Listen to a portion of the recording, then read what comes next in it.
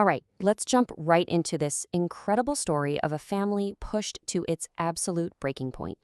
This whole thing really boils down to three key symbols: a test of hidden motives, a seat of immense power, and just an explosion of raw, untamed emotion. We're looking at a psychological and spiritual stress test designed to find out if a family that committed an unthinkable betrayal has truly changed. So, how does he do it? How does a ruler even begin to test a heart that's already shattered his own? By creating a psychological crucible. Joseph, now the powerful governor of Egypt, designs this elaborate test to see if his brothers, the very men who sold him into slavery, are actually different people now. The test kicks off not with a bang, but with this really quiet, calculated move. In the soft light of an Egyptian morning, Joseph sets his plan in motion. He gives his steward these very precise instructions, a 4-step plan. And this isn't just about, catching a thief. No. This is about manufacturing a crisis to see how his brothers react under extreme pressure, especially when their youngest, most beloved brother is the one in danger. So when they're pursued and accused of stealing, the brothers are just completely baffled. They're so sure of their innocence that they make this incredibly bold and ultimately fatal promise. They have no idea they've just walked straight into the trap Joseph laid for them. And then, bam, the discovery is absolutely devastating. The steward finds the silver cup right in Benjamin's sack, exactly where it was planted. Their confidence just evaporates. In total anguish, they tear their clothes and are dragged back to the city to face the powerful ruler who set them up. So they're back in the palace, and Joseph lays down the law. Benjamin stays here as my slave. The rest of you can go. But this time, something is totally different. Judah, the same brother who once suggested selling Joseph, steps forward, ready to fight for Benjamin's life.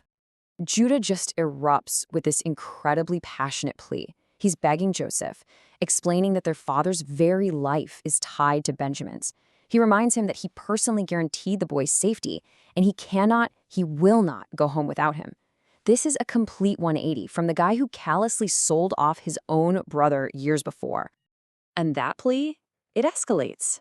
And fast. It turns into this fierce confrontation. But here's the thing. This isn't a fight with swords. This is a clash of words, of principles, and just raw psychological force. The whole thing just explodes into this war of words.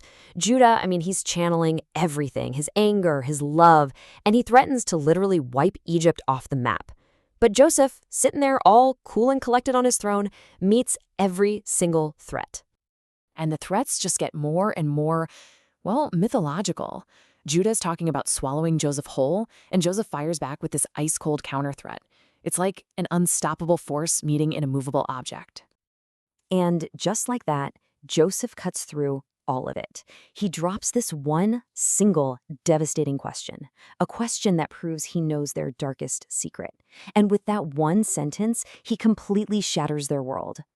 This is where everything shifts. Judah, just filled with rage, shows off his family's legendary strength by grabbing a huge stone and crushing it into dust. But Joseph doesn't even flinch. He has his son, Manasseh, do the exact same thing perfectly. And in that moment, Judah gets it. This Egyptian has to be one of them. Joseph feels like he's losing control, so he tries one last move to intimidate them with a show of force.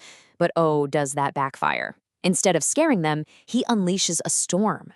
He calls in the army. We're talking 10,000 foot soldiers, 500 cavalry, all to scare these few brothers into backing down.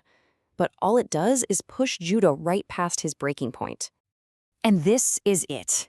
In this one moment of just pure desperation, loyalty, and love for his brother, Judah lets out a roar. And according to tradition, this wasn't just a shout. It was so powerful, it caused a literal earthquake. The ground shakes, walls crumble, the entire nation is thrown into chaos. This is the storm personified. Well, this commotion sends shockwaves all the way to Pharaoh's palace. He's terrified. He sends an urgent message to Joseph. Let that boy go before these guys destroy my kingdom. All of a sudden, Joseph is getting pressure not just from his family, but from the throne itself. So now Joseph is trapped. He's got his brother's rage on one side and Pharaoh's fear on the other. The whole situation has spun completely out of his control, so he sets one last, final, impossible test before the storm breaks for good. He asks them for the one thing he knows they can't possibly give him, the brother they sold into slavery, the one they think has been dead for years. He pushes them to their absolute emotional limit, asking if they'd trade one brother for another. And then, that's it. He can't keep it up any longer. The whole act just crumbles. The test, the threats, all of it, it collapses into this one single moment of truth as he finally tells them who he is. And what happens next is so important. They're just silent. The very same men who were roaring like lions, ready to tear Egypt apart, are now just frozen, speechless, completely overwhelmed by the presence of the brother they thought was gone forever. And Joseph, in that moment, he completely reframes 2 decades of pain. He doesn't want revenge. He tells them their horrible betrayal wasn't something to be punished, but that it was all part of a divine plan to save them all. He offers them grace when they were expecting judgment. Which really leaves us with this huge question, right? Joseph pushed his family to the absolute brink of destruction. Was that extreme psychological stress test truly the only way to heal such a broken family and finally find a path to forgiveness?